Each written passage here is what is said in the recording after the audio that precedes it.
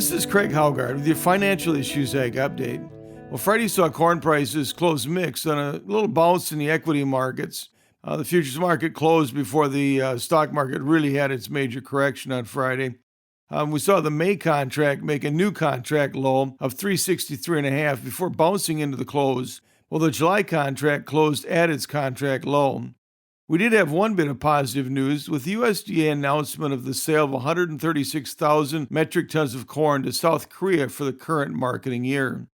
As I record this, the overnight spot corn futures are trading 3 cents lower.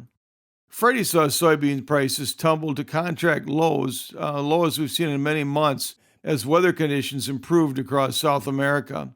Prices drew additional pressure from technical selling amidst slow demand for U.S. soybeans.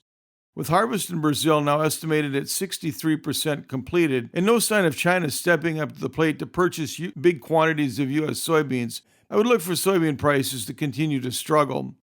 In the overnight trade, we were seeing evidence of that struggle with the soybean futures trading down 6 cents.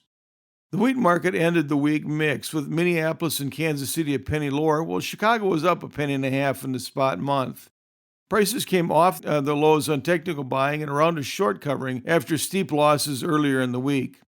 On the international front, Paris milling wheat closed slightly lower on Friday. In the overnight trade, however, we've more than undone all of Friday's activity, with Chicago trading 4 cents lower as I record this. Kansas City is down 3 cents and Minneapolis is a penny lower.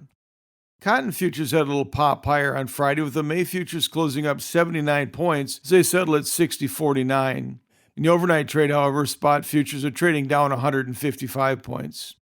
The extended limits in the livestock futures market were not enough to keep many contracts from finishing limit down once again.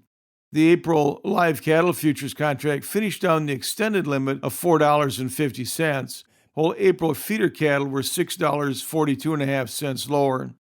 4 of the deferred feeder cattle months finished down the extended $6.75 limit. Lean hog futures were hit hard as well, with the April futures finishing the day down the extended $4.50 limit. Cattle and hog futures will be trading with even greater expanded limits today. Class 3 milk futures fought to a draw, with the April futures closing unchanged as they settle at $15.90.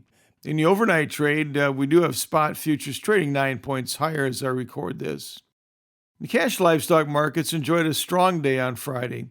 At the close, we had choice beef boxes $2.13 higher to close at $208.14, while selects were $4.10 higher as they settled at $201.98. Pork carcass values were a bit stronger as well, closing at up 65 cents to settle at $69.84 per hundredweight.